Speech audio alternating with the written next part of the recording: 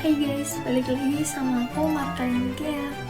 Kali ini aku bakal jelasin tentang sejarah busana di era Renaissance. Masa Renaissance berlangsung sekitar tahun 1450 sampai 1600 atau pada abad ke-15 hingga ke-16 di Eropa.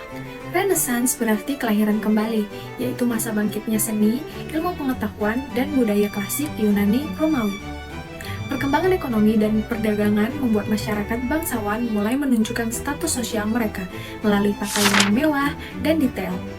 Italia menjadi pusat perkembangan fashion Renaissance sebelum kemudian menyebar ke Prancis, Inggris, dan Spanyol. Busana wanita Renaissance memiliki bentuk yang elegan dan terstruktur. Pakaian terdiri dari bodies ketat di bagian atas tubuh dan rok panjang lebar hingga menyentuh lantai. Garis pinggang dibuat ramping untuk menonjolkan bentuk tubuh. Leher pakaian biasanya berbentuk persegi atau V rendah. Ciri khas pakaian dari wanita di era Renaissance yaitu rok panjang dan lebar, bodies ketat dengan puff atau slash sleeve atau lengan berlubang, kemudian menggunakan beberapa lapisan pakaian, lengan dapat dilepas pasang.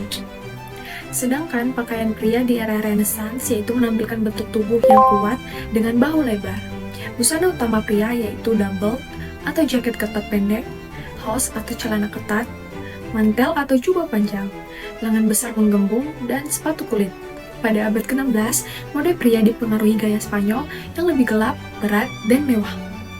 Bahan pakaian yang digunakan pada era itu yaitu linen, wool, sutra, velvet atau veluto, brokat, dan satin.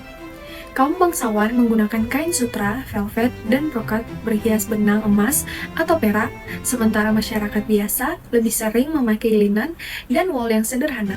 Adapun motif-motif yang digunakan pada era tersebut yaitu yang pertama, motif floral, yang kedua, motif geometris, yang ketiga, motif damask, yang keempat, motif heraldik dan simbol keluarga, dan yang kelima, motif religius dan klasik.